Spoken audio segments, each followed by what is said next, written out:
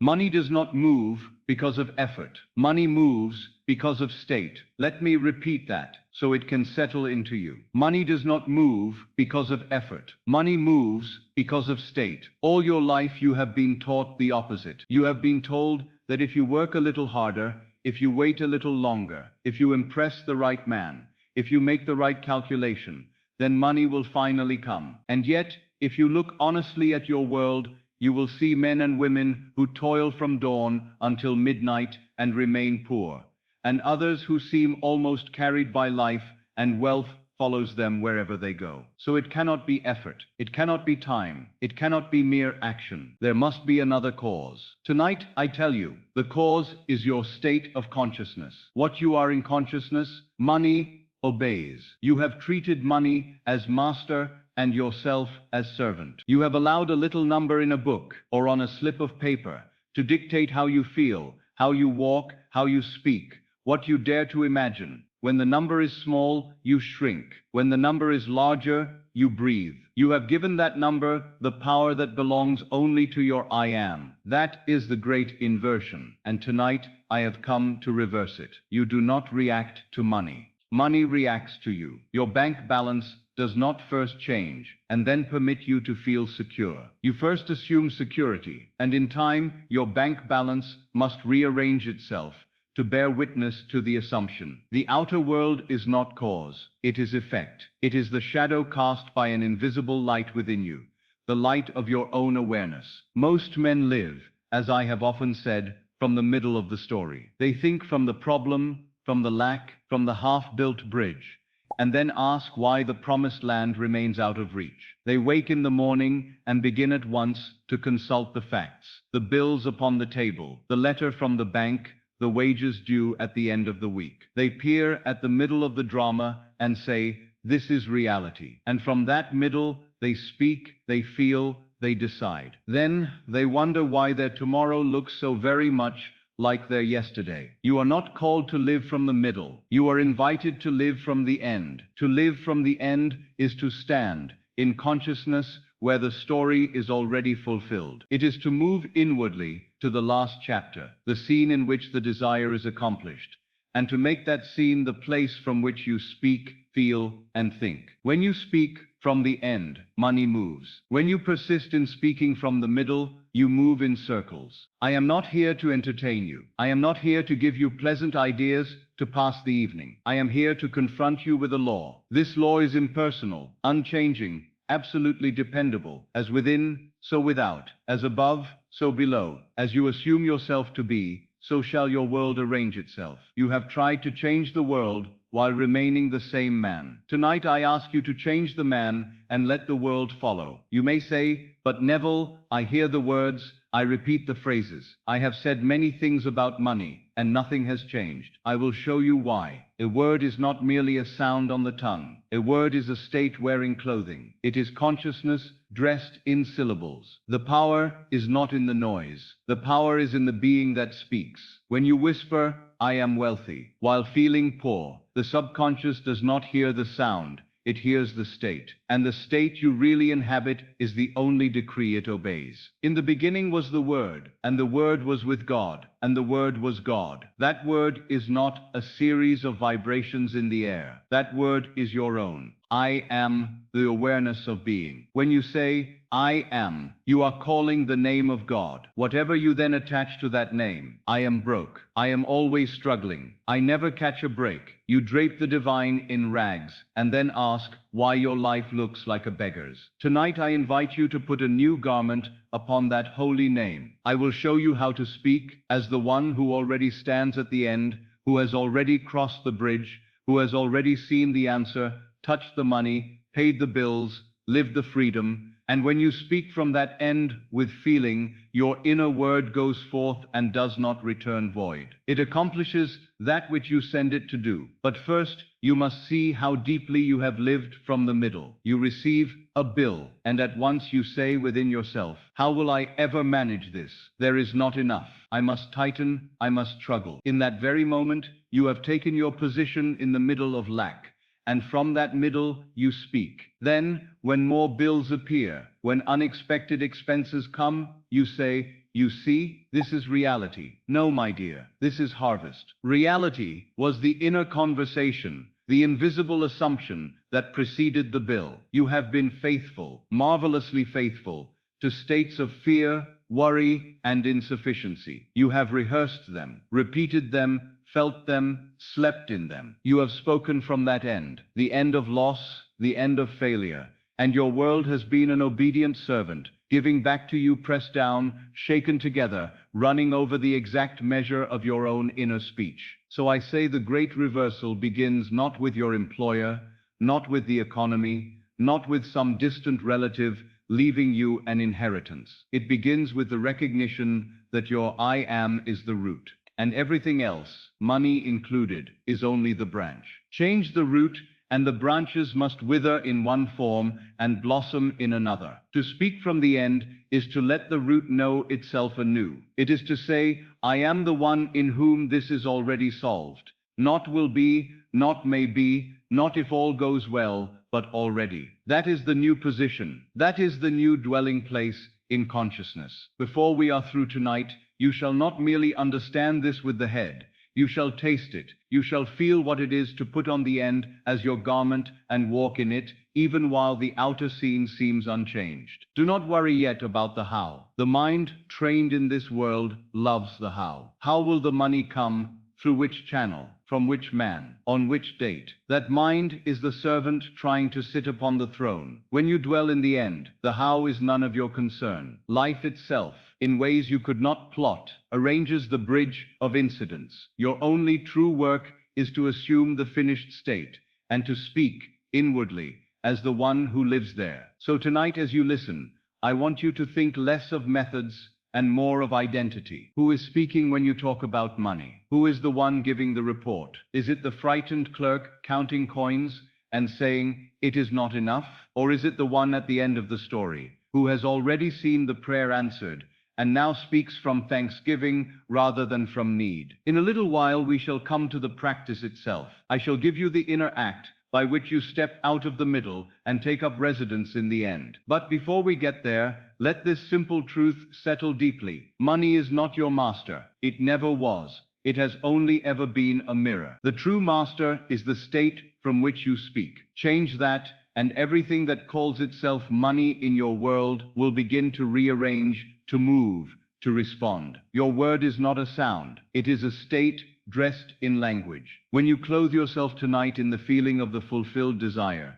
and let that feeling speak quietly, confidently, without strain, you will have discovered the secret of every miracle men have ever told. You will have begun to live, perhaps for the first time, not from the middle of the story, but from the end. And when you speak from the end, money moves. There is a vast difference between thinking of your desire and thinking from your desire. Most men think of wealth, and because they think of it, they remain perpetually separated from it. They imagine money as something over there, in another account, in another future, in another man's hands. They stand at a distance and contemplate it as a traveler contemplates a distant city on a map, never realizing that all their imagining is done from the consciousness of one who does not yet have. Thinking of is the consciousness of separation. Thinking from is the consciousness of union. When you think of something, you place it outside yourself. When you think from it, you place yourself inside the state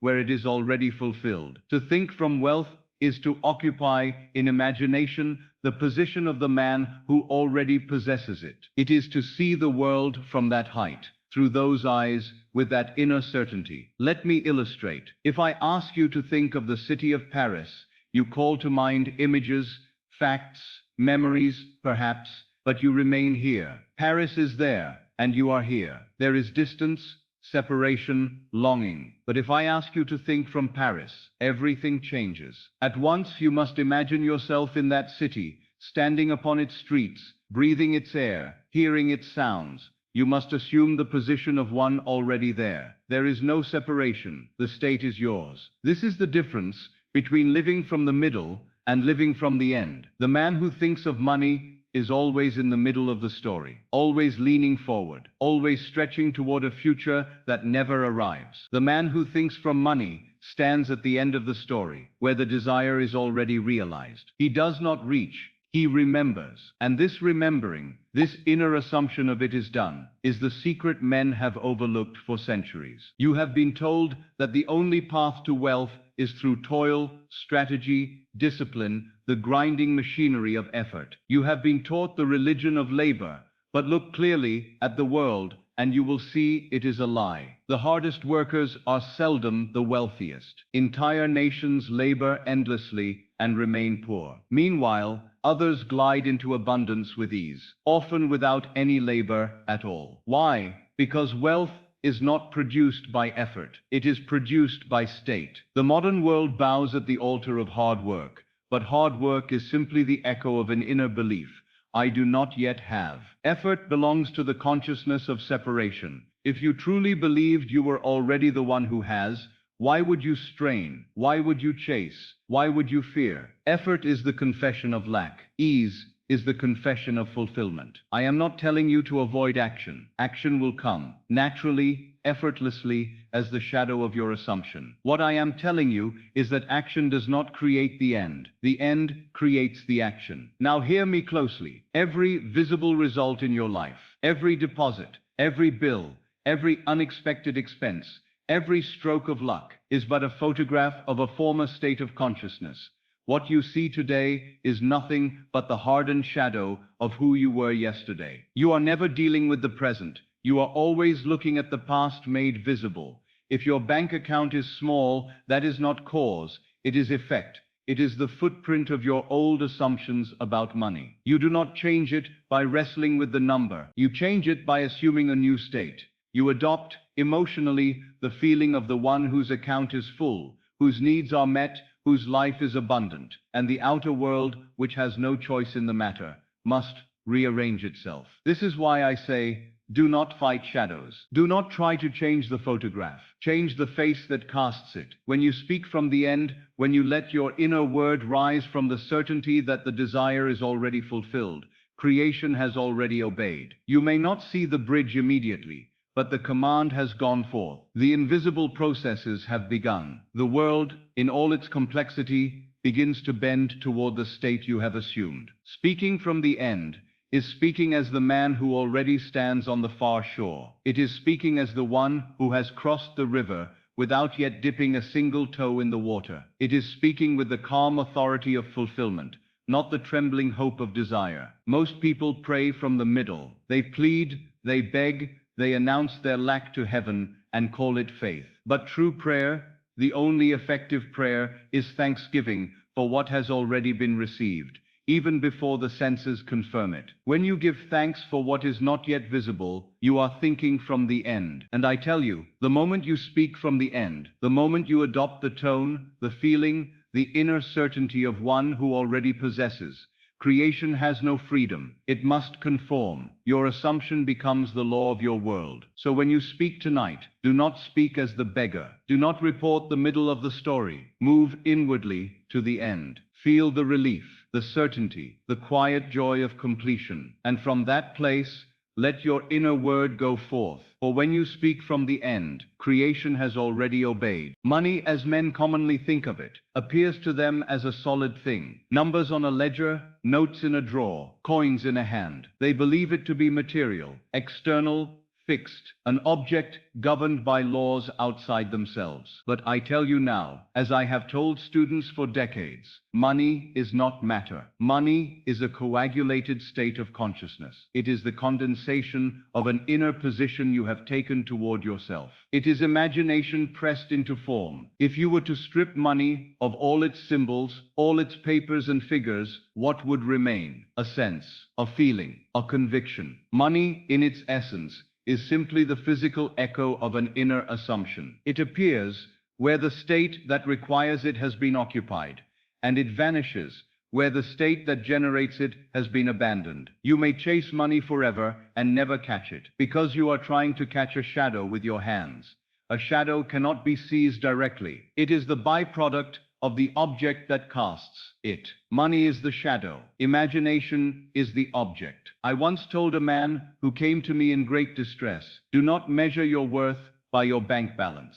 Your bank balance is measuring its worth by you. He was startled, for like most of the world, He believed that money dictated the emotional climate of his life. When the balance rose, he felt powerful. When it fell, he trembled. What he did not see was that the balance was always trailing behind him, obediently reflecting the emotional climate he had been carrying, long before the numbers turned. He was a clerk in a modest institution, a man of good manners and excellent discipline, but inwardly he carried the state of a beggar. He walked through life as though he must apologize for existing. When bills came, he shrank. When opportunities arose, he disqualified himself. He imagined himself unworthy, long before the world confirmed it. His bank balance did not create his poverty. His conception of self did. And so I told him plainly, until you change the image you hold of yourself, your account will never change. For weeks, this man returned to the same inner posture. He would come home after his workday, sit quietly in a chair, close his eyes, and imagine the world from the standpoint of a man of means. He did not fantasize about money floating in the air. He did not conjure piles of notes or elaborate scenes. He imagined only that he walked into his bank and felt recognized as a man of substance. That was all. He imagined the teller greeting him warmly, the subtle respect in her voice, the atmosphere of ease that surrounds one who never fears the numbers on a page. He imagined the gentle weight of financial security resting on his shoulders like a cloak. He lived in that scene as though it were the most natural thing in the world. Night after night he performed this simple act, not straining, not begging, not forcing, simply entering the state of the man he desired to be. And what happened? His account, which had remained stagnant for years, began to shift. First subtly, then unmistakably. A forgotten debt was forgiven. A raise was offered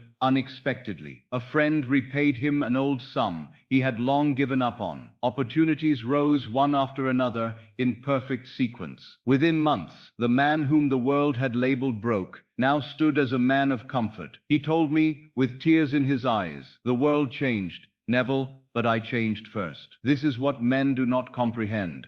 The bank does not measure you, it reflects you. Every ledger, every figure, every balance is a mirror held up to your inner state. When you are in the state of wealth, the bank becomes obedient to that identity. When you are in the state of poverty, the bank cannot help but echo it. Money is not a tyrant, it is a servant. It follows the master you have chosen to be. I recall another case, a woman who lived in the constant dread of financial collapse. Her world was small, not because the world was small, but because she insisted upon seeing it through narrow eyes. She would walk into her bank, holding her breath, as though entering a courtroom, awaiting a sentence. The moment she stepped through the heavy doors, she would feel herself shrink, and the bank, like all the world, responded to her state. Tellers spoke to her sharply. Managers dismissed her concerns. Errors multiplied on her statements. She believed the bank was against her, but the bank was only reflecting her own self-condemnation. I told her, in the gentlest tone I could muster, "My dear, the bank is lifeless until you enter it. It takes its tone from you. If you walk in as a beggar, it will treat you as one. If you walk in as the rightful owner of abundance, it will rise to meet you." She was skeptical, for she had believed herself a victim of circumstance for as long as she could remember. But she was willing to test the law, and that willingness was all she needed. For 1 week, just one, I asked her to perform the simplest exercise. Before stepping into the bank, she was to pause outside the door, close her eyes for 15 seconds, and assume the feeling that she was a woman of great means. Not that she hoped to be or wished to be, but that she already was. I told her to let that inner assurance settle into her spine, her breath, her posture, to walk in as though she carried the atmosphere of wealth around her. She did so faithfully, and on the third day, something remarkable happened. The manager, who had always spoken to her with irritation, greeted her with a gentleness she had never experienced. A teller, who had once been curt, suddenly smiled at her with the warmth reserved for esteemed clients. Errors that had plagued her account for months were corrected swiftly without her asking. A letter arrived days later informing her of an adjustment in her favor, an adjustment she had not requested and had not expected. What changed? Not the bank, not the staff, not the system. She changed. And the world, which is nothing but self pushed out answered her transformed state. Money, you see, is not a thing you hold. It is a tone you carry. It is the natural offspring of a consciousness that knows itself to be secure, provided for, upheld, sustained. To attempt to change your outer conditions without changing your state is like trying to warm a room by painting the fire on the wall. The fire must burn within you first. There is a silence in every financial institution, a silence that speaks louder than the rustle of papers or the clicking of keys. It is the silence that responds to the tone you carry inside. I have walked into banks and felt that silence greet me like an old friend, for I entered in the full awareness of my own abundance. And I tell you, without exaggeration, that the silence shifts its character according to your state. To the man who feels small, it becomes heavy and judgmental. To the man who feels wealthy, it becomes warm and receptive. When you next visit your bank, listen not with your ears, but with your being. What does the silence feel like? Does it constrict? Does it welcome? Does it stand indifferent? It is not the bank you are hearing. It is yourself. I remember once, in my younger years, entering a bank after a period of financial strain. I carried with me the remnants of worry, though I tried to hide it beneath a cloak of dignity. As I approached the counter, the woman behind it looked at me with a mixture of impatience and coldness. I felt the atmosphere stiffen. I felt the silence tighten. And in that instant I knew this was my own fear made manifest. I stepped aside, closed my eyes for a moment, and assumed the feeling of one who was entirely at ease, entirely secure, entirely supplied. I let that state blossom in the depths of my being until it felt natural. When I opened my eyes and stepped back to the counter, the entire scene had changed. The woman greeted me with a softness I had never seen, and every matter I needed resolved was carried out with surprising speed and courtesy. The difference was not in her, it was in me. Money is imagination objectified. Banks are imagination objectified. Banks are imagination objectified. The financial world is imagination objectified. Nothing moves unless you move first in consciousness. You are the cause. Money is the effect. You are the root. Money is the fruit. And no fruit in the world can appear unless its seed state has been planted within you. This is why men who win fortunes lose them so quickly. The outer condition changed, but the inner state did not. They stepped into wealth outwardly while remaining poor inwardly, and the world faithfully reflected their true identity. Likewise, there are those who rise from obscurity to abundance seemingly overnight, not because luck touched them, but because their inner concept of themselves shifted. They began to see themselves as the type of person to whom money flows, and the world adjusted accordingly. All this is to say, if you desire wealth, you must become wealth in consciousness. You must walk through the world as one who possesses, not one who pursues. And the moment you do, not a day before, not an hour before, money will begin to arrange itself around you in perfect obedience. No ledger dictates your destiny. No institution holds authority over your life. No number in a book can tell you who you are. You are the only author of your experience. And the account in your name is nothing but a chapter written by the state you have been occupying. Change the state, and the chapter rewrites itself. Change the identity, and the world must bow. That is the law. That is the truth. And that is why money is never the cause. It is always the reflection. The great mistake that keeps men in perpetual poverty is this.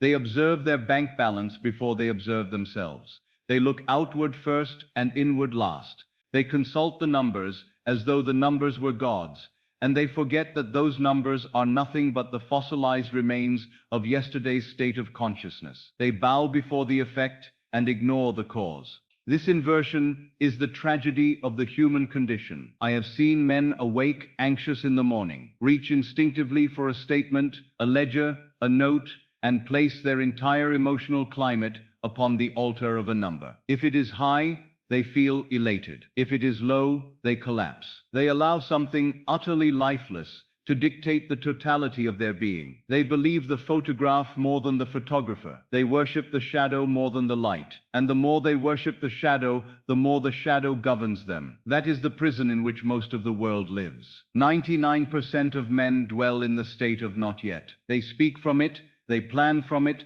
they pray from it, they imagine from it. This is why their lives remain chained to delay, to struggle, to insufficiency. Their inner conversation is built upon the assumption that what they desire is still beyond reach. And so every thought they think, every word they utter, every feeling they entertain carries within it the seed of separation. They live as though wealth is a distant star they must chase rather than a state they must wear. They forget that consciousness alone is the creator. They forget that the only true distance in this world is the distance between who they assume themselves to be and who they desire to be. When a man says, "I hope to have wealth," he is declaring separation. When he says, "Someday when things improve," he is declaring division. When he says, "I am trying," he confesses he is not yet the one he seeks to be. Hope, effort, striving.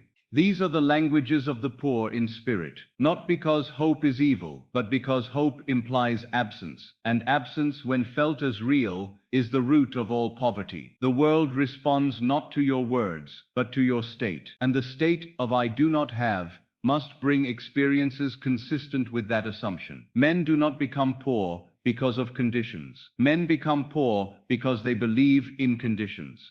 They grant the outer world a power it does not possess. They believe that circumstances are sovereign, that life unfolds from the outside inward, that money obeys market forces rather than inner forces. They cling to the notion that if only the right opportunity would come, or the right employer, or the right miracle, then their lives would change. But nothing can come to a man until it has first come through him. The inner state is always first cause. To look at your balance before you look at your consciousness is to worship a photograph. A photograph cannot speak. It cannot judge. It cannot dictate. It is a still image of a moment that has already passed.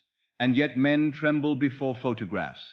They forget that the living being who once stood in front of the camera has long since moved. Time has moved. Life has moved. Consciousness has moved. The only thing that has not moved is the photograph. And so it is with your bank balance. It is a captured image of who you were, not a prophecy of who you must be. I once told a student, if you wish to change your balance, you must stop consulting it. You must consult yourself. He argued that he needed to know his financial reality, but he did not understand that the only financial reality is the state he occupies. The number is not the reality. The number is a reflection. It is an echo in the chamber of consciousness. If you continue to listen to the echo, you will repeat the same sound endlessly. But if you speak a new word in the chamber, the echo must eventually match it. The world of finance, as men call it, is a theater where unconscious assumptions are played out visibly. Each statement is a script already written. Each expense is an effect long set in motion. And yet men read these scripts as though they were sacred, forgetting that they themselves are the playwrights. They walk through life rehearsing the same lines, and then wonder why the play remains unchanged. The true cause of poverty is the state of separation, the state in which a man feels himself cut off from his own good. When you believe that wealth exists over there, that abundance belongs to others, that prosperity must somehow travel from an outer world into your hands, you have exiled yourself from Eden. This is the ancient story concealed in the first pages of Scripture. Adam was not expelled for eating a piece of fruit. He was expelled for believing in an external power. When he trusted the voice outside himself, he abandoned the truth of his own creative nature. When he saw good and evil as things existing outside him, he left the garden of consciousness and entered the wilderness of duality. Eden is not a place. It is a state. It is the awareness that all things exist within you. It is the knowing that nothing has power over you except that which you grant through assumption. When Adam fell, he did not fall from a garden. He fell from a state of oneness into the state of separation. And men repeat this fall every day when they look to their bank balance as authority. They eat again of the tree of duality when they say, "This number means I am secure," or this number means I am in danger. They give the outer world the right to name them. I tell you, no number has the power to name you. You name it. You clothe it. You assign to it its meaning. Your bank account is not the serpent. Your belief in its power is. When you awaken to this truth, you reclaim the authority Adam surrendered. You realize that the garden never vanished. You simply stopped dwelling in it. Once a woman came to me in tears. She had checked her balance that morning and found it lower than she expected. The shock seized her so violently that she spent the whole day in a state of trembling. She believed she had been robbed, diminished, sentenced. I took her hand gently and said, "My dear, you have not been robbed. You have been revealed. The balance is showing you your state, nothing more." She felt insulted. She wanted the outer world to be the villain so she could be the victim, but the law is impersonal and cannot be deceived. It reflects faithfully the inner condition. When she calmed herself enough to listen, I explained, "Your fear preceded the number. The number did not create the fear. Change the fear, and the number must change." She had believed for years that money was scarce. She expected decline and therefore lived in the tension of expecting bad news. The balance simply delivered what her state had long been dictating. It was not punishing her,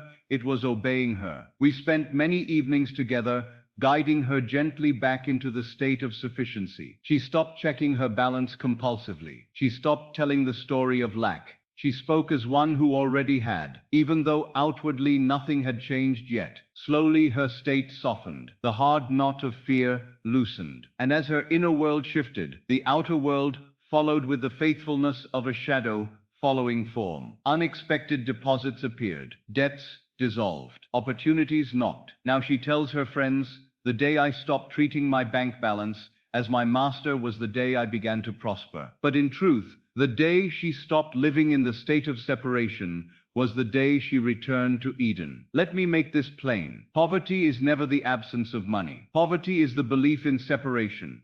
It is the conviction that what you desire is far from you. It is the feeling of standing outside the gate of your own abundance. Every time you say not yet, you build the wall higher. Every time you say someday, you push your desire further away. Every time you check your balance to determine how you should feel, you strengthen the illusion of separation. The law does not respond to your efforts. It does not respond to your hopes. It responds only to your state. And the state of I do not yet have must reproduce itself. It must create conditions that keep the desire unfulfilled. This is not punishment. It is precision. It is the perfect functioning of an impartial law. Some students ask me, "Neville, how then do I stop feeling separate?" And I tell them what I tell you now. You stop by assuming the end. You stop by speaking from the conclusion. You stop by wearing the state you desire as though it were already your skin. When you speak from the end, you cannot feel separate from it. When you occupy the state of wealth,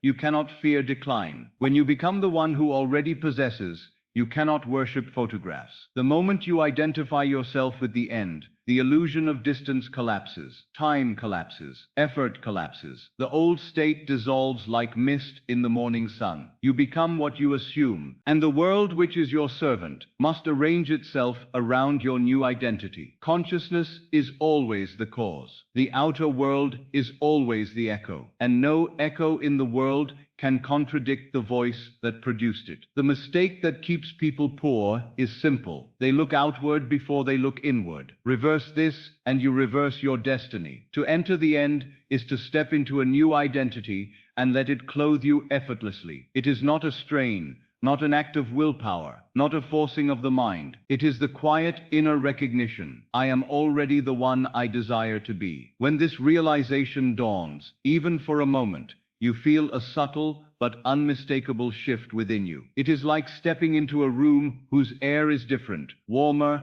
lighter, filled with an invisible assurance. You breathe differently. Your shoulders loosen. Your heart moves from expectation to completion. You no longer reach outward for what you desire. You reach inward for what is already yours. To be the one who already has is not a fantasy or a wish. It is a feeling tone, a vibration, a posture of consciousness. It is the inward ease that comes when you know that the outcome is settled, finished, accomplished. When a man who has already received a sum of money thinks of that sum, he does not yearn, he does not question, he does not strain. He simply remembers. His inner world holds the quality of completion. When you enter the end, you borrow that feeling. You wear it as your garment, even while the outer world has not yet conformed. Allow me to guide you now into this inner knowing, this sacred identity. Close your eyes, not with tension, but with the soft surrender of someone returning to a familiar place. Feel, even now, what it would be like if your financial desire were already accomplished. Do not attempt to see numbers. Do not try to picture the means. Instead, feel the change in yourself. Feel the quiet dignity of a person who no longer wonders how to pay this or how to cover that. Feel the relief that comes, not in the moment the money arrives, but in the moment the inner state shifts. You need not create a full story. A whisper of the end is enough, a glimpse, a breath. The law does not ask for complexity, it asks for sincerity. Let me give you small, vivid micro scenes so simple, so natural, that entering them becomes effortless. Imagine standing at your mailbox. The late afternoon sun rests warm on your skin. You hear the soft metallic click as you pull the handle open. Inside is an envelope, the crisp, substantial kind that always brings good news. Feel its weight between your fingers. Hear the faint sound of the paper sliding as you open it. The moment your eyes settle on the contents, there is no shock, no disbelief, only the deep, familiar knowing, of course, this was already done. Feel that, or imagine the ring of your telephone, not a frantic ring, but a calm, confident one. You answer, and you hear a voice speaking to you with respect, with warmth, with a tone reserved for those who hold financial influence. They congratulate you, not with fanfare, but with the quiet recognition that this outcome was inevitable. Listen to the sound of your own voice responding. Not excited, not overwhelmed, but peaceful, assured, grounded in the truth that this is nothing new. You have been this person in consciousness long before the call arrived. Or imagine a moment even simpler, you waking in the morning and feeling no tension in your chest, no knot in your stomach, no dizziness at the thought of bills or obligations. Instead, there is spaciousness, like standing at the edge of an open field, a freedom that is not loud, not dramatic, but steady. You stretch, yawn, and feel a quiet gratitude, not for the money itself, but for the identity of the one who already has. These micro scenes do not create your desire. They reveal it as already accomplished. They do not push the world. They shift the inner world. And when the inner world shifts, the outer must follow. Many students ask me, Neville, how long must I hold the end for it to manifest? And I answer them with a truth that startles them. If you can feel from the end for 5 seconds, you can move mountains. 5 seconds of pure, undiluted assumption has more creative power than 5 years of anxious wishing. The law does not respond to duration. It responds to saturation. A moment of true identity is stronger than hours of effort. But those 5 seconds must be genuine. They must come not from the head, but from the heart. They must feel like something you know, not something you hope for. 5 seconds of being the one who already has is enough to set creation in motion. Everything after that is the gradual unfolding of what was already accomplished in consciousness. Now I will guide you into a brief practice, a simple passage into the end that requires no effort whatsoever. Sit comfortably or lie down if you prefer. Allow the breath to soften. Let your hands rest easily. There is nothing to do, nothing to force. Simply permit the state to come to you. Imagine now, just for a moment, that something has shifted, but you cannot yet name it. There is a lightness, a sweetness, an almost imperceptible change in the rhythm of your being. And then it dawns on you, I am financially free, not will be, not could be, not hope to be. I am feel how that recognition lands in the body. There is no excitement. Excitement still hints at disbelief. There is no shock. Shock reveals distance. Instead, there is a gentle warmth spreading through the chest. A quiet, pleased exhale. A soft smile. forming even without your command. Let the feeling grow, not outward, but inward. Let it deepen into the bones, into the breath, into the identity. Let it become as natural as your own name. For just 5 seconds, 5 sincere, effortless seconds, be the one who already has. 1, 2, 3, 4, 5. Now release the scene. Do not grasp it, do not evaluate it. Do not wonder if you did it well. The seed has been planted. Your only task now is to avoid uprooting it with doubt. The state you entered, even briefly, has already begun to rearrange your world. You may not see the movement yet, but the law has already obeyed. The moment you assumed the end, creation began to take form. To enter the end is not to imagine the details of how it will unfold. It is to feel the inner completion so deeply that the outer world becomes irrelevant. And from that inner completion flows the outer manifestation. You are not attracting wealth. You are becoming the one who naturally possesses it. You are not commanding money to come. You are aligning yourself with the identity from which money must flow. You are not trying to get something from the world. You are letting the world reflect what you have already become. Creation is finished. Your desires exist in the eternal now. To enter the end is simply to step into the version of yourself in whom the desire is already realized. Every assumption creates a self, and every self produces its world. Enter the end, and the world will meet you there. There is a secret chamber within every man, a place where no one else may enter, yet from which all the currents of his life flow. That chamber is the realm of inner speech. What you whisper to yourself in the silence, what you utter in the privacy of your imagination, what you conclude about yourself when no one is watching. This is the true author of your destiny. Your inner word is the only cause. Men believe that their lives are shaped by events, by conditions, by economies, by markets, by other people. But I tell you, events are born from the womb of inner conversation. Conditions are molded by your silent assumptions. Markets rise or fall in your personal experience according to the tone of your inner speech. Other people, whether they be bankers, clients, employers, or strangers you have never met, behave toward you in a manner consistent with the dialogue you carry within. Your inner speech is not a harmless whisper. It is the seed of all creation. It is the command that the world must obey. When your inner word says, "Things never work out for me," the world must give you evidence of it. When your inner word says, "I am always behind," circumstances form themselves around that assumption. When your inner word says, "Money leaves as quickly as it comes," bills appear,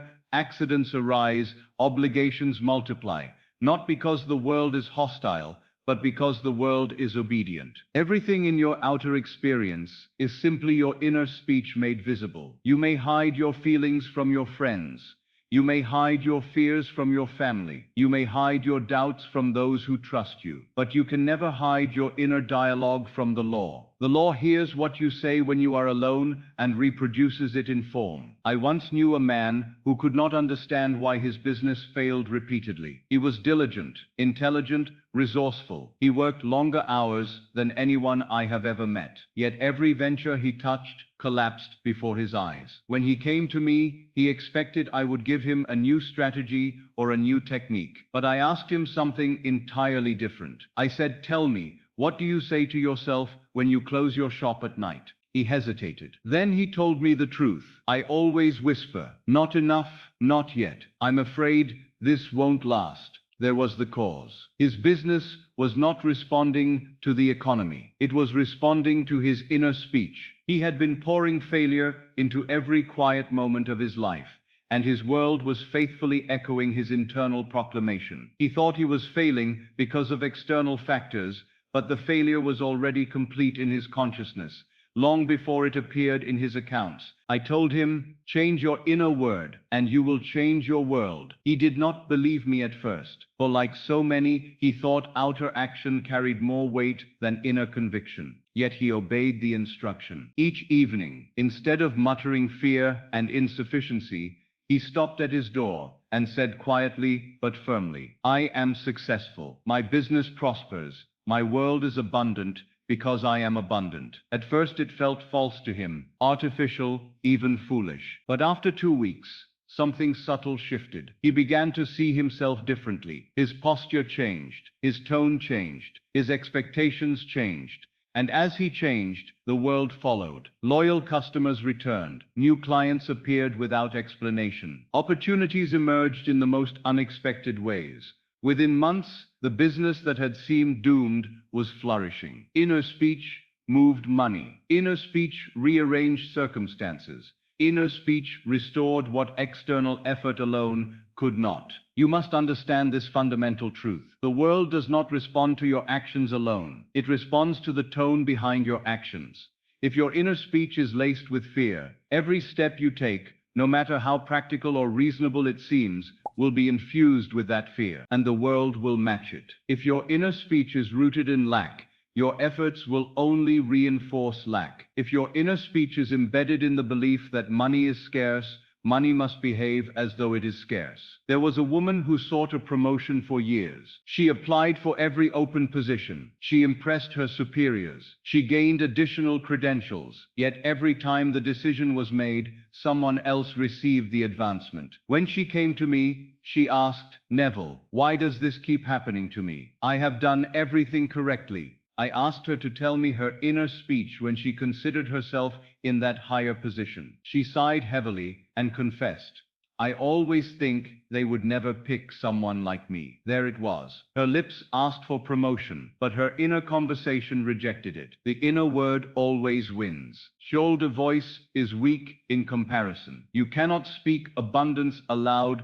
and whisper unworthiness within, for the whisper is the louder of the two. I told her, "From this night forward, speak from the end. Whenever the thought of the promotion arises, say internally, 'I am exactly the one they want,' and do not argue with it." She practiced faithfully. She ignored the old whisper of rejection and replaced it with a new tone of assumption. Within 3 months, she received a position better than the one she had pursued, a role that demanded the stature she had finally claimed within herself. Money did not move because someone favored her. Money moved because she changed the silent speech that shaped her world. Now consider your own life. What do you say to yourself about money? Not publicly, not to your family, not in your journal, but in the solitude of your mind. When a bill arrives, what is the inner reaction? When you think of wealth, what tone arises? When you imagine a financial goal, do you speak as one who has or as one who hopes? Do you whisper someday, or do you whisper "I am"? Most people speak from fear without realizing it. Their inner speech is full of phrases such as,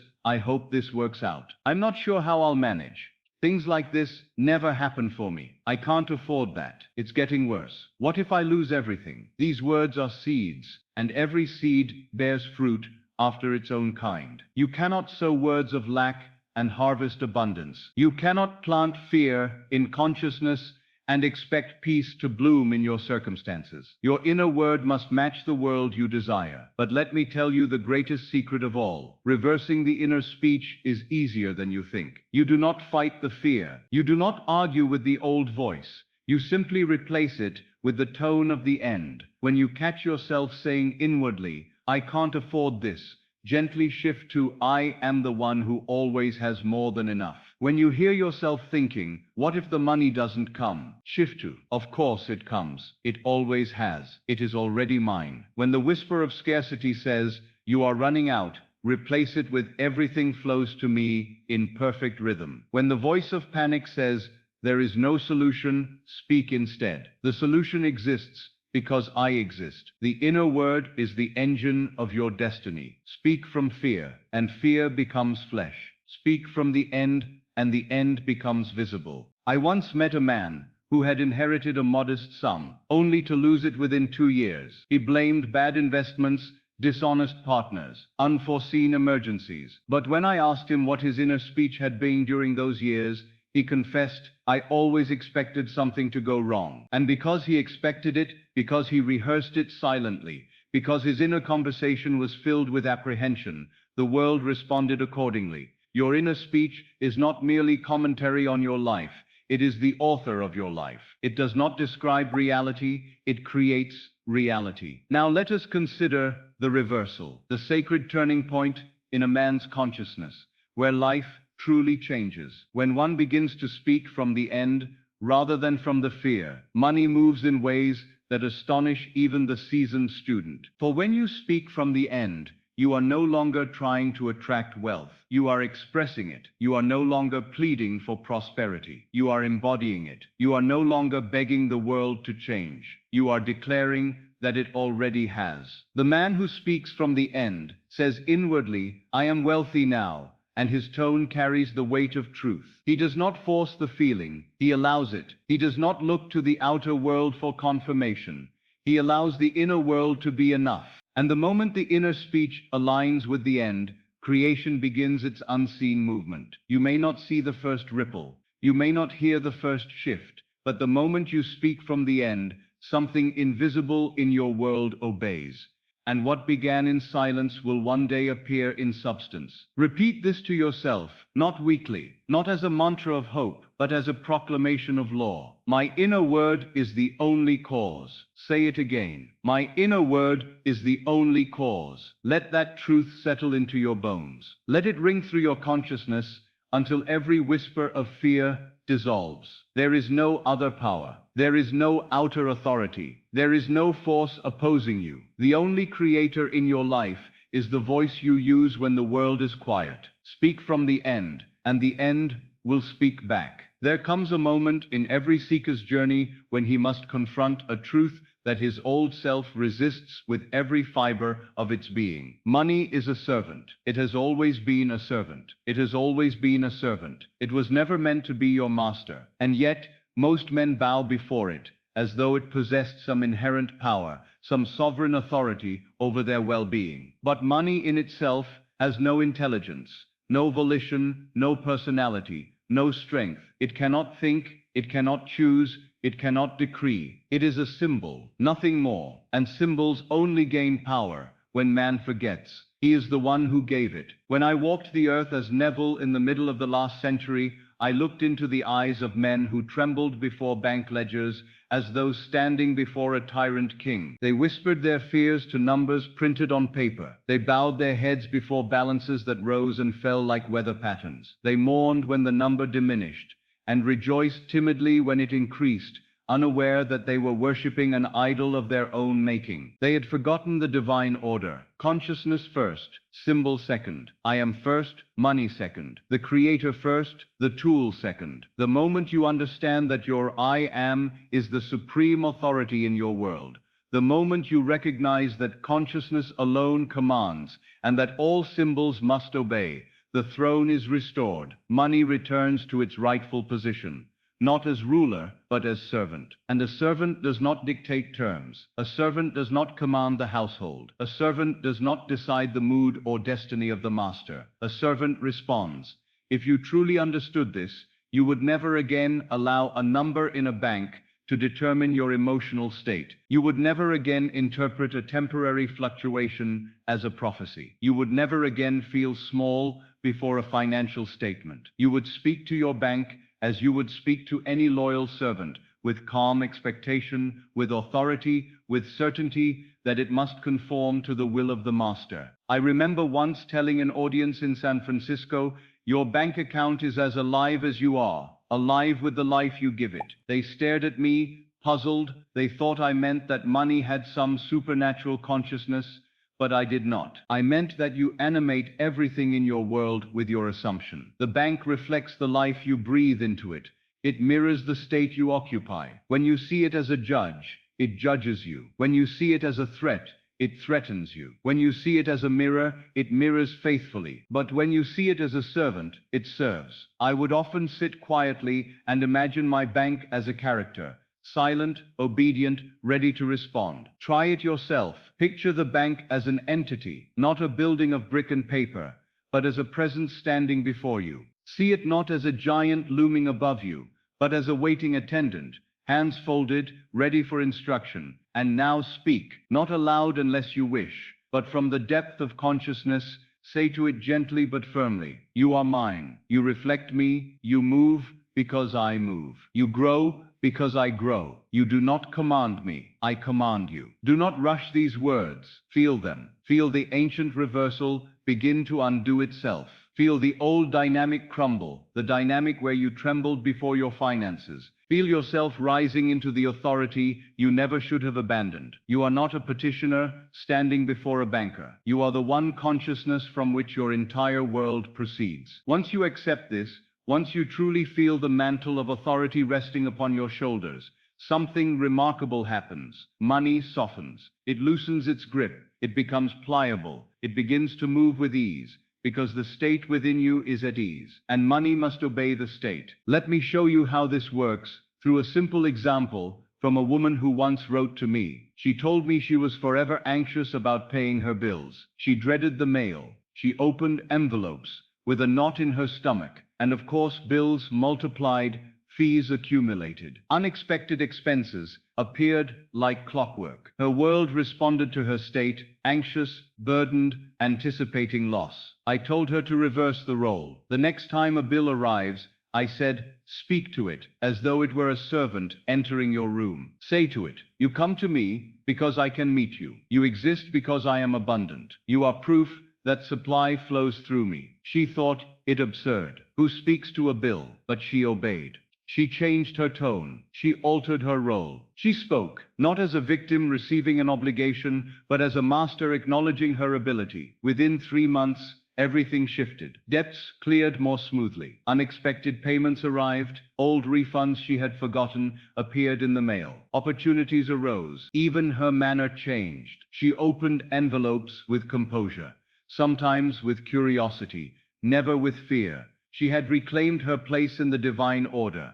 Money had returned to its proper position beneath her, not above. I tell you this not as metaphor, but as metaphysical fact. Your I am is the final authority in your world. When you say, I am wealthy, wealth must bow. When you say, I am provided for, provision must find its way. When you say, I am the one who already has, your world rearranges itself without struggle and without delay, because the source has spoken. And now, let me give you something practical, something you can begin tonight. Sit quietly, close your eyes. Imagine the presence of your bank, not as a cruel judge, but as a silent servant kneeling at your feet, eager to fulfill the state you embody, and then speak internally, in the quietest tone of certainty. You move because I speak from the end. You increase because I am increased. You expand because I have declared expansion. I do not follow you, you follow me. Do you feel the shift? Do you sense something loosening in the unseen? That is the power returning to its rightful place. That is the servant remembering the master. That is the world remembering its source. Speak to your money as one who commands reality, not as one who begs from it. Speak from the end. Speak from the identity of the one who already has. And the servant will obey, for it has no choice. It has no will of its own. It reflects the voice that animates it, and that voice is yours. Always has been, always will be. There is a vast and immeasurable difference between the man who asks and the man who declares. The asker stands outside the promise. The declarer stands within it. The asker speaks as one who lacks. The declarer speaks as one who already possesses. The asker prays from separation. The declarer speaks from union. And because consciousness is always the source, the world must yield to the tone of whichever voice you choose to use. I tell you this plainly, when you speak from the end, you speak as God. Do not be frightened by the statement. Do not imagine some blasphemous claim. I am not pointing you to a distant deity hidden behind clouds. I am pointing you toward the God you have always been, the God whose name was given to Moses on the mountain. When Moses asked for the name, the voice replied, I am that I am, not I was, not I will be, but I am present, immediate, eternal, the center of being, the creative power within man. So when you say, I am wealthy, you are not asking the universe to reconsider your case. You are using the divine name in its proper function. You are declaring from the end. You are assuming the identity from which your world must take shape. To say, I will be, is to postpone the fulfillment. To say, I hope to be, is to confess separation. But to say, I am, is to create. Consider the opening of Genesis. And God said, let there be light. Not, please bring light. Not, I wish for light. Not, I am trying to create light. It was a declaration, not a request. The creative act is always a declaration. It is the assumption of the end as if already present. And scripture continues, and there was light, for creation responds instantly to the tone of divine certainty. When you speak from the end, I am provided for. I am the one who already has more than enough. I am abundance itself. You are aligning yourself with that primal pattern of creation. You are reproducing within your own consciousness the same gesture that brought worlds into being. Do you understand the magnitude of this? The ancient teachers concealed this truth in parables, so that only the sincere seeker would discover it. In the story of the prodigal son, the father says, "Son, all that I have is yours." But the son continues begging as though he were a servant. How many men and women today behave the same way? Their father consciousness already holds all possibilities within itself, yet they approach it as though they were outsiders, pleading for access, hoping for crumbs, thinking themselves unworthy. They ask for what already belongs to them. When you speak from the end, you are no longer the prodigal son begging at the table. You are the son returning to your rightful place, reclaiming what was always yours. I once told a woman in New York who was constantly praying for financial relief, "Stop praying for money as though it were outside you. Assume the state of one who already has it." She said she felt dishonest, as though she were pretending. But prayer, as most people practice it, is the true pretense. They pretend that God is outside. They pretend that the solution is distant. They pretend that their desire is separate from its fulfillment. Speaking from the end is not pretending. It is awakening. Let me show you another example from scripture interpreted inwardly. In the Gospel of Mark, Jesus stands before the withered fig tree. He does not plead for its healing. He does not ask for its restoration. He speaks the end. "Let no fruit grow on thee henceforth." And it was so. But moments later, he explains the principle. "When ye pray, believe that ye have received, and ye shall." Notice the tense. Believe that you have received, not that you will. This is the essence of speaking from the end. Creation does not respond to hope. It responds to assumption. It does not respond to longing. It responds to identity. And every time you declare from the end, you engage the creative law exactly as the mystics of old did. I once practiced this myself with a financial desire I needed urgently in my early years. I did not plead. I did not bargain with heaven. I did not ask the world to change. I simply assumed the end. I declared, "I am already in possession of the funds I require." I felt the relief. I felt the satisfaction. I allowed the tone of fulfillment to saturate my being, and the outer world rearranged itself with such precision that even I, who taught the law, marveled. Men I had not spoken to in years felt compelled to assist me. Opportunities appeared without logical sequence.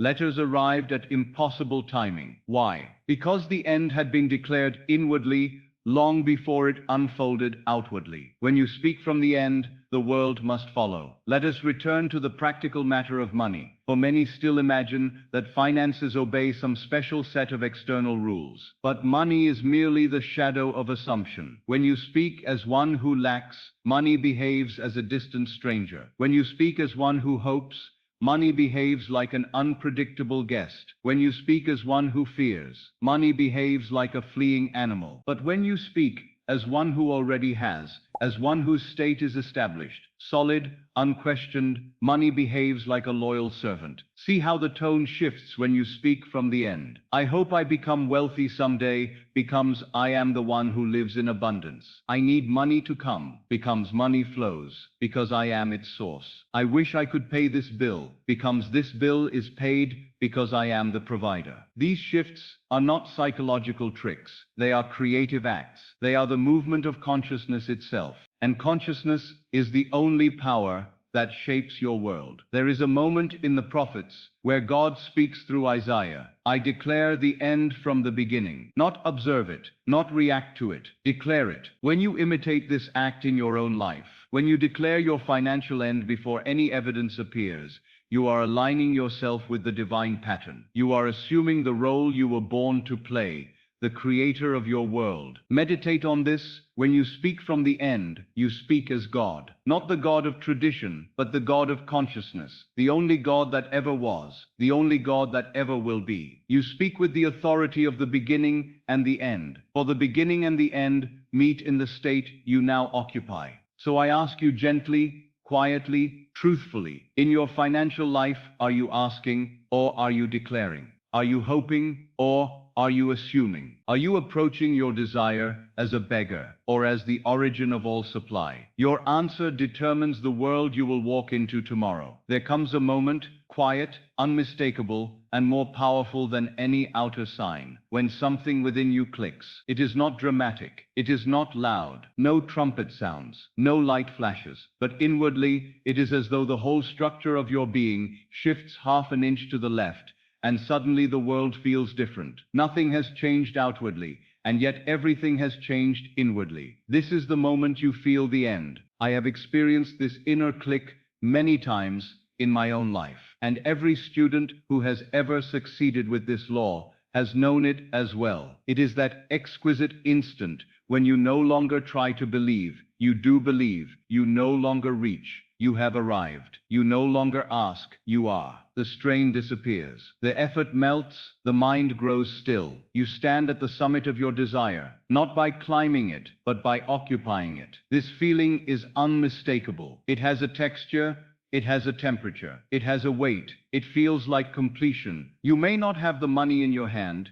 you may not have received the letter, the phone call, or the opportunity, yet the burden lifts, the tension dissolves, and for the first time you breathe as one who has. If you have felt it even once in your life, you know what I am speaking of. It is the stillness of fulfillment, the calm of answered prayer. And though no sign may yet appear in the outer world, the seed has been planted. The law has taken your assumption as a command, and creation has already begun to stir in the depths. This is the moment I urge every student to seek, not by forcing emotion, not by exaggerating imagination, but by entering the end so naturally that it feels like home. For when the end feels like home, the world must rearrange itself to place you there physically. Let me explain the mechanics of this through the law I have taught for decades, the law of reversibility. If a particular effect produces a certain feeling, then the feeling, when produced deliberately, must generate that effect. If receiving money brings relief,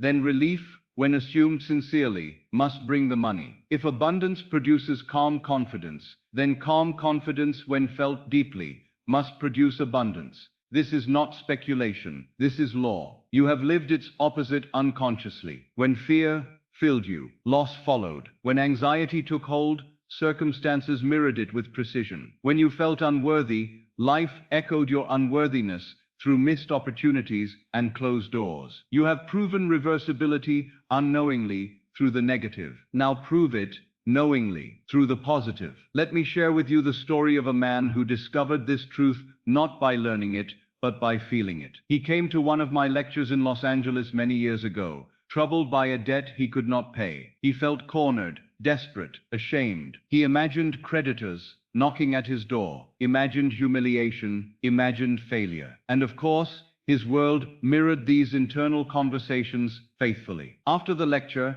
he approached me and confessed that he had tried every technique, affirmations, visualizations, budgeting, even prayer, but nothing had changed. I told him gently, "You have been moving the pieces on the board, but you have not changed the player." What mattered was not the scene he imagined, but the feeling he carried. I instructed him that very night to lie down in bed, close his eyes, and instead of imagining the debt being paid or money arriving, to go straight to the feeling of relief, to remember how his chest felt the last time something resolved itself for him unexpectedly, to recall the ease, the softness, the exhale that comes when the burden lifts. Do not imagine the money, I said. Imagine the relief the money would bring. Feel it as though it were happening now. He told me later that at first it felt artificial, forced. But then, just as he was drifting towards sleep, a sudden calm washed through his body. It was so natural, so effortless that he almost dismissed it. But he said the words formed inside him, almost without his choosing them. It's handled. And for the first time in months, he slept without fear. That was the click.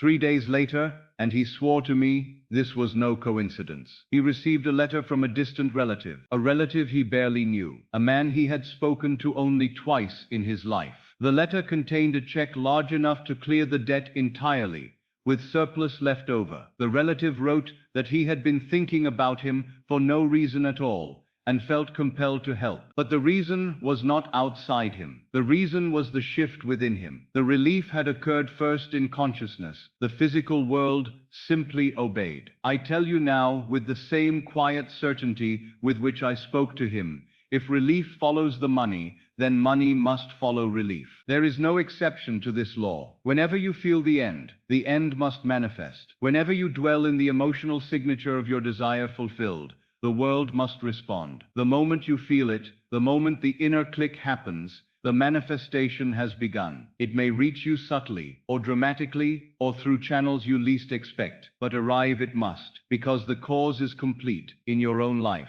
Seek that moment, not by struggling, not by forcing, not by willing, but by resting in the end. Feel the ease. Let it surround you. Let it become your mood. Let it become your posture. Let it become your identity. For when the state is assumed, the world cannot resist its command. And when the relief rises naturally, inevitably, quietly, it is done. When I speak of the end, I am not asking you to project yourself into some imaginary future as though it were far away, uncertain, or dependent on time. I am asking you to stand in what already is, for creation in its entirety is finished. This is the metaphysical truth that very few grasp, yet it is the cornerstone of all manifestation. Nothing is ever created in the moment of its appearance. It is merely selected. When you desire something, you are not calling it into existence. You are becoming aware of a version of you in whom that desire is already fulfilled. All states exist now, every possibility, every outcome, every version of you. You move through these states, not by effort, not by action, but by assumption. And assumption is made visible through feeling. Time is not a line moving from past to future. Time is a field, a great eternal now containing infinite arrangements. You are the one who navigates the field by what you dare to accept as true. This is why, speaking from the end, works with absolute precision. You are not predicting a future, you are choosing it. And once chosen, all roads, no matter how winding they appear, lead toward the fulfillment of that selection. The moment you speak from the end, the so-called future collapses into the present, because you have stepped into the state in which it is already accomplished. The world must obey your position, for the world is nothing but your position made visible. Most men speak of what they want, and so they remain travelers, always moving toward but never arriving. But the man who speaks from the fulfillment of his desire stops the journey altogether. He is already at the destination in consciousness, and because consciousness is the only reality, life has no choice but to reflect the destination he occupies. When I say you are not predicting the future, you are choosing it, I mean precisely that. You do not look ahead and hope that events will unfold in your favor. You do not peer anxiously into what might be. You stand in what is eternally true in imagination and allow the world to echo that truth. If you assume wealth and speak from the certainty of one who already possesses it, you are not hoping to become wealthy. You are selecting the version of you who already is. And once selected, the entire structure of your world shifts to support that identity. This is spiritual physics. The final state determines the path, not the other way around. Just as an archer releases the arrow only after fixing his gaze on the target, so must you fix your gaze on the end, until all alternatives fade from view. The moment the end becomes your only reality, every other probability collapses, and only that which aligns with your chosen state can unfold. I tell you, there is no magic in this, no ritual, no effort, only acceptance. You assume the end not by strain, but by surrender, by letting the feeling of fulfillment wrap itself around you until it becomes more natural than the lack you left behind. Once this happens, the world must shift. People move, circumstances reorganize, events align with uncanny precision, all to bring the outer picture into harmony with the inner truth you have dared to claim. You may believe you are waiting for the future, but the future is waiting for your assumption. It cannot unfold until you have chosen the version of yourself that experiences it. This is why speaking from the end is the ultimate act of creative power. You are stepping into the finished work and letting the world rearrange itself accordingly. Creation is finished. Your task is not to create but to select, not to strive but to assume, not to wait but to be. And when the world at last presents the physical evidence of what you have already accepted in imagination, you will realize that you never manifested a thing. You simply aligned yourself with what had always existed, waiting for you to enter it. When I tell you to ignore appearances, I am not asking you to deny what your senses report, nor to pretend that the world is other than it seems. I am asking you to recognize that the senses show you only the effect, never the cause. What you see in your outer world is the dead image of what you once assumed to be true. It is the photograph of yesterday's consciousness, and a photograph has no life, no power, no authority over the one who took it. To judge by appearances is to give power to the shadow, while ignoring the light that casts it. True judgment, what the scriptures call righteous judgment, is the ability to look at the outer picture and refuse to let it dictate the inner state. It is the refusal to worship what is already finished, and instead return to the origin, to the unseen cause that shapes all things. When you hold the end, even while the world remains unmoved, you are not deceiving yourself. You are simply refusing to confuse the seed with the harvest. The seed does not show evidence of the oak it will become, yet it contains the entire pattern within it. So too does your assumption contain within itself every detail necessary for its physical manifestation, though none of it may yet be visible. The outer world may be unchanged for a time, just as the earth appears still, while the seed quietly breaks open beneath the soil. But the wise man does not dig up the seed to check its progress. He trusts the invisible process more than the visible appearance. Think of your life as a motion picture. If you have already seen the film and you know the ending, you can watch the early scenes, even the difficult ones, without distress. You may see the hero betrayed, left alone, facing impossible circumstances, yet you do not fear for him, because you have already witnessed the resolution. You know how the story concludes. You know that all the hardships lead inevitably to triumph. So you watch calmly, even gratefully, because every scene is part of the unfolding victory. This is exactly how one must approach life. Having seen the end in imagination, you walk calmly through the earlier scenes, knowing that nothing can prevent the conclusion you have already accepted. I recall a dear woman who came to me many years ago, distressed and frightened. Her bank had notified her that her balance was insufficient to cover her expenses.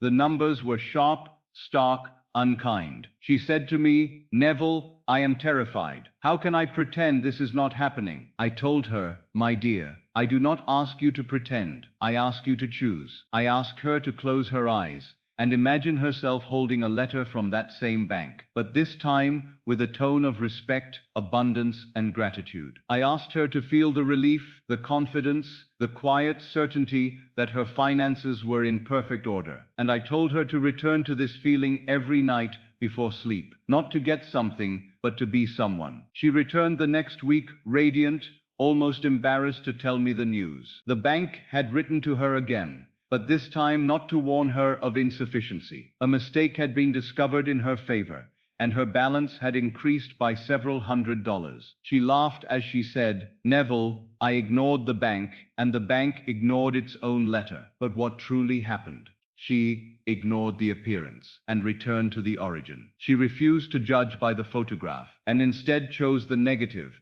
the original image from which all others are printed. You see, appearances are not obstacles. They are simply echoes from the past, remnants of a state you no longer occupy. If you remain loyal to the end you have chosen, the world must catch up. It has no choice. The law is relentless, unwavering, impersonal. It does not care how things look.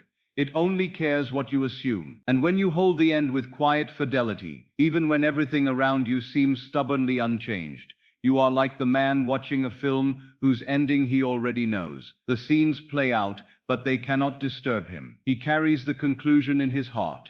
He walks with the end fulfilled. So I ask you, when the world challenges you, when the bank balance mocks your desire, when circumstances rise like giants before you, will you bow to them, or will you hold the end? Will you worship the photograph, or will you command the negative? Will you judge by what is, or by what you have chosen to be? The answer determines everything. For the moment you refuse to judge by appearances, you reclaim your rightful place as the creator, and the world, slowly, then suddenly, reshapes itself to reflect the truth you have dared to assume. When I say that everyone is you pushed out, many hear it as a poetic sentiment, something mystical, perhaps metaphorical. But I mean it in the plainest, most literal sense possible. Every person you encounter, whether he signs your paycheck, approves your loan, buys your service, or declines your request, acts according to the assumptions you hold about yourself. No man brings you money. No institution grants you favor.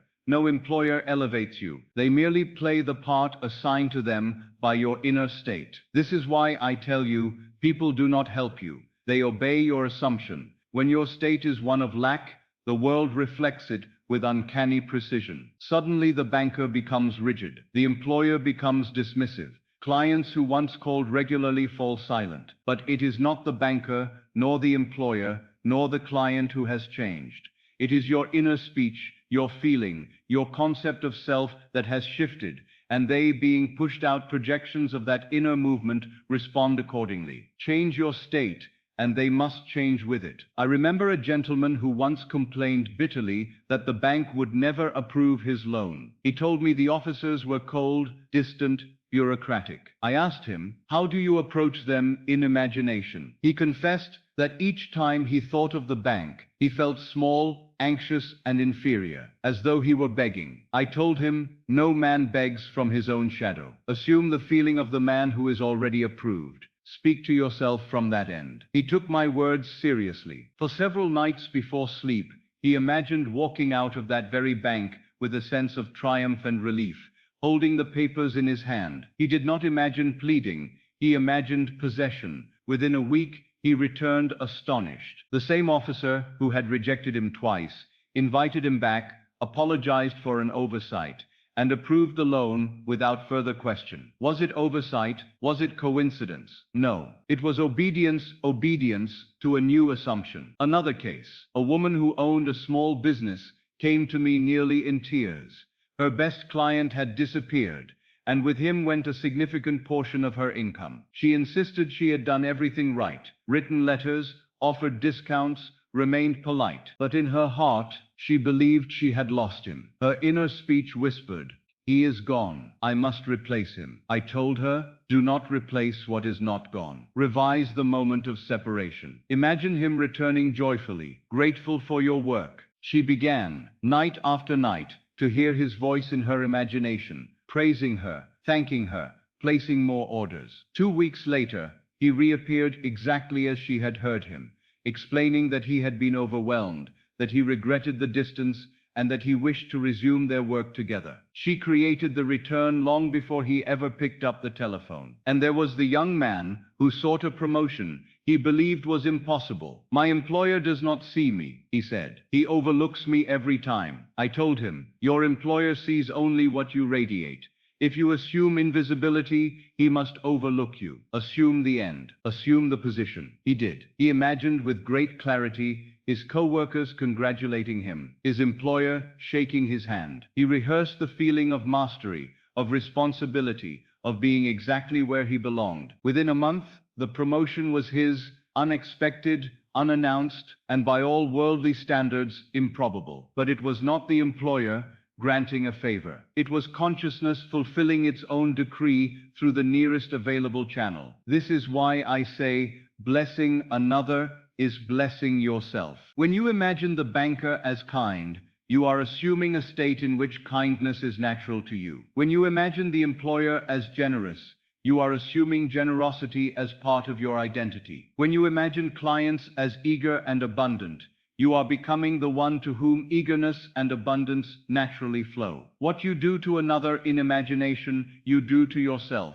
for there is no other. If you curse a man in thought, you curse a state within yourself. If you resent the wealthy, you push wealth away, because resentment and possession cannot dwell side by side. If you fear the banker, you set him above you, forgetting that no man is above the I am. But if you bless, if you imagine lovingly, if you speak from the end, where all things are already resolved, then every figure in your world rises to meet you. They play their roles with divine precision, not because they choose to, but because they must. They are you pushed out. So let this be your practice. Before you interact with any person, banker, employer, client, spouse, enter first into the end. Let the state you assume be the architect of the encounter. And watch how swiftly, how faithfully, how effortlessly the world rearranges itself to match the one truth you have dared to claim within. For nothing moves until you move, and when you move in consciousness, all others move with you. There comes a moment in this great work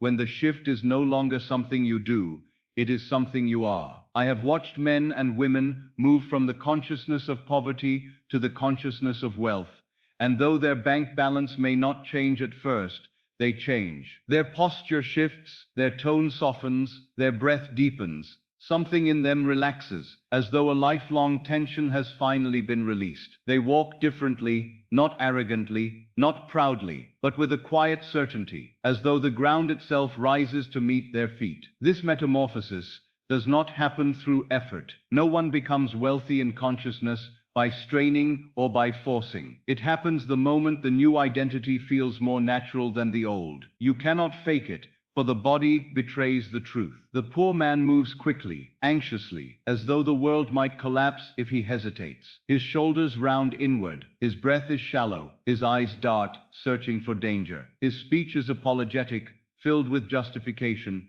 and explanation. Even his laughter carries a nervous edge. But the wealthy one, even before a single dollar appears, moves with serenity. His breath is full, as though he knows the air belongs to him. His shoulders widen, his chest opens. He listens more and speaks less, not because he is timid, but because he feels no need to prove himself. His steps are slower, grounded, deliberate. There is weight in him, substance. A man who lives from the end does not rush, for in his world nothing is late. This inner shift reveals itself first in subtle signs, almost too delicate for others to notice. You begin to feel a strange calm toward your obligations. Where once there was tension at the sight of a bill, now there is neutrality. Where once the bank's letter made your heart race, now it barely moves you. You find yourself thinking from the end naturally, without effort, as though you have always lived there. You begin to forget to worry. You catch yourself speaking as one who already possesses what he desires,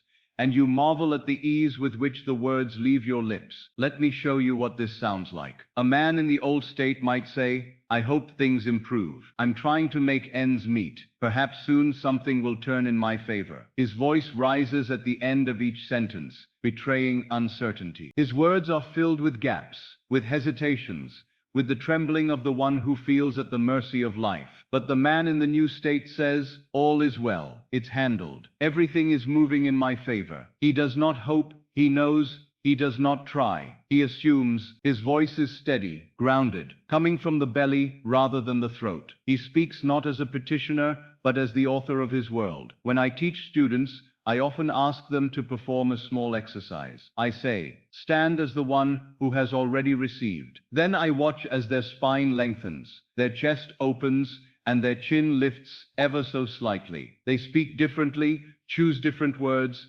breathe differently. Their very presence seems to enlarge the room. This is not pretend. This is not play acting. This is identity. Your identity is the root, and your world is the fruit. Change the root, and the fruit must follow. The wealthy one expects good news, not with arrogance, but with quiet confidence. He assumes opportunity, not loss. He walks into a bank as though he belongs there. He speaks to others from a place of sufficiency, not need. He feels the ground under his feet as though it were his inheritance. If you wish to know whether your assumption has taken root, look not to your bank account. Look to your manner of being. Ask yourself, How do I walk? How do I breathe? How do I answer simple questions? How do I speak to myself in the privacy of my mind? For the wealthy one does not merely have money. He is wealth. He wears abundance as naturally as a coat, without effort, without display. And when this identity becomes natural,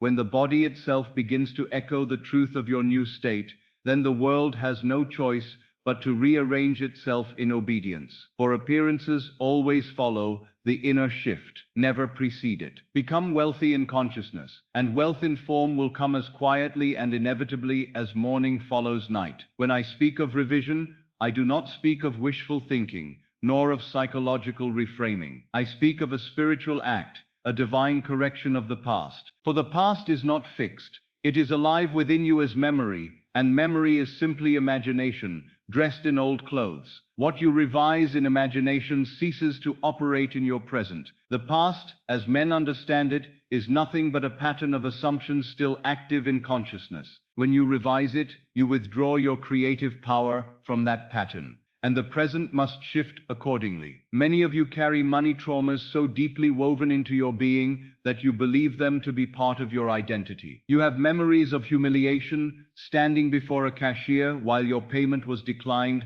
or asking a friend for help and seeing pity in their eyes.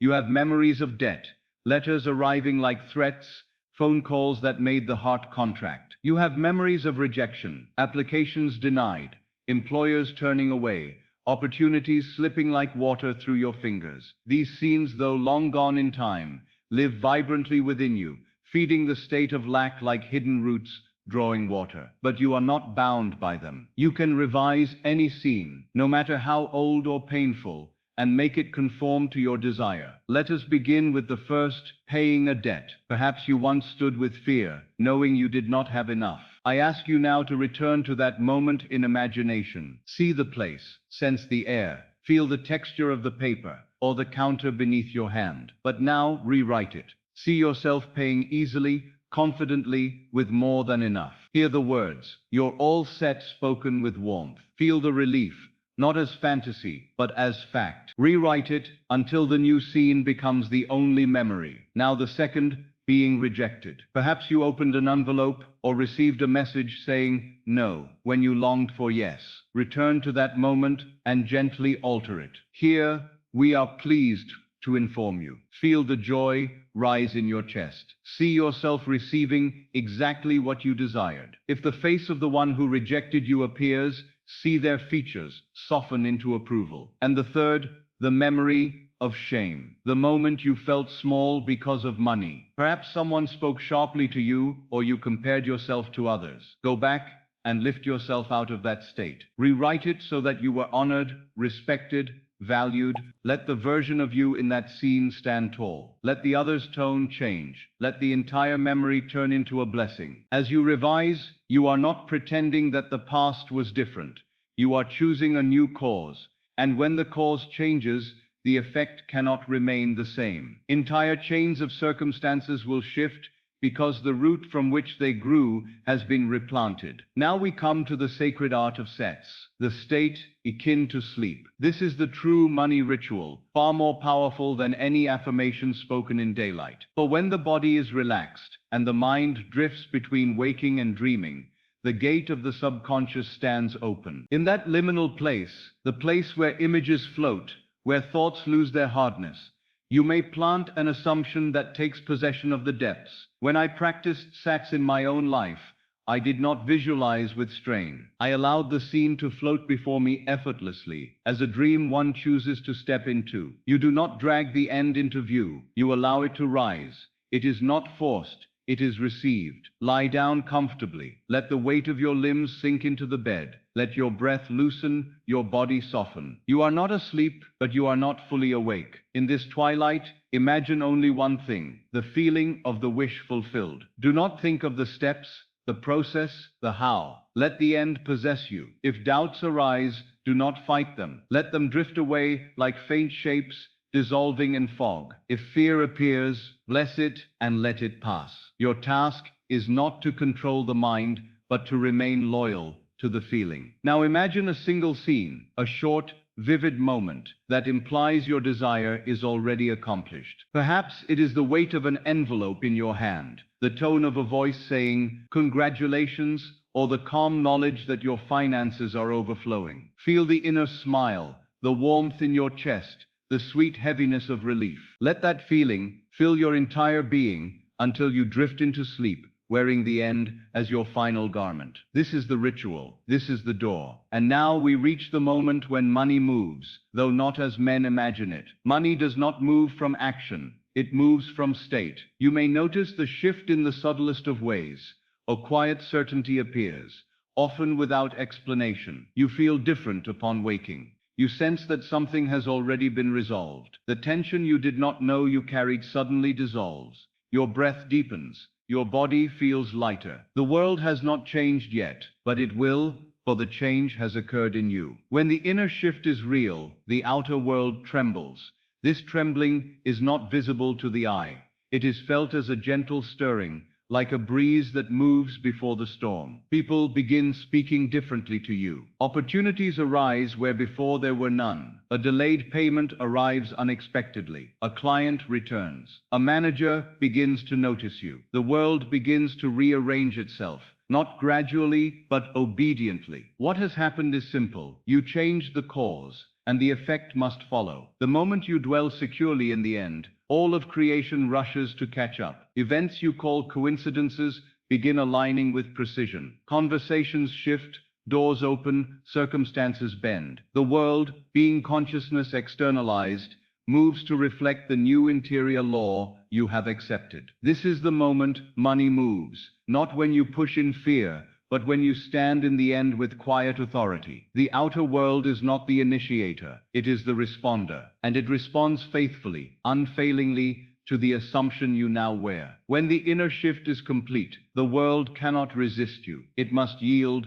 must conform, must obey. For the truth is eternal. Nothing moves until you move, and when you move in consciousness, the universe itself flows in your direction. And now, my friend, we stand at the final threshold of this journey, not at an end, but at a beginning. You will walk with new eyes and a transformed heart. For if you have heard me rightly, if something within you has stirred, if the words have not merely touched your ears, but taken root in your being, then you are no longer the one who began this voyage. You are the one who speaks from the end.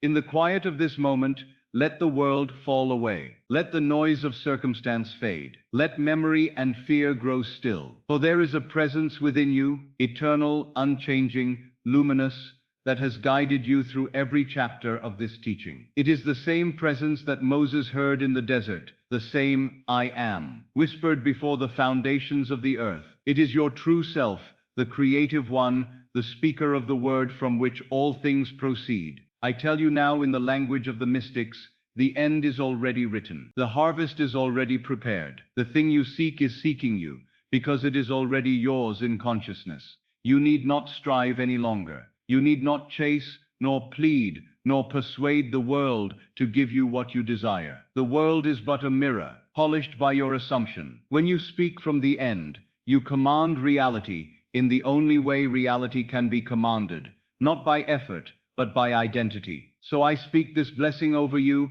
as I did in my halls in the 1950s, when men and women came weary from the world, but hungry for truth. May your assumption be your salvation. May the end you choose be the law of your life. May your inner word never return void. And hear this once more, not as theory, not as metaphor, but as the highest truth you will ever know. Money moves only when you speak from the end, not when you hope, not when you wait, not when you plead, not when you watch your bank balance with trembling hands. It moves when you move, when you enter the finished state, when you breathe as the one who already has, when you speak not toward the desire, but from it. Stand now in that sacred place where the end is already fulfilled. Wear it as your garment. Live from it as your home. Rest in it as your certainty. And as surely as the morning follows night, as surely as the shadow follows form, your world will bow to the assumption you have dared to claim. Go in faith. Go in power. Go in the authority of the one who knows that creation is finished. You are the end speaking itself into form. You are the Word made flesh. You are the I am dreaming the world awake. And now, Go and let your world obey you.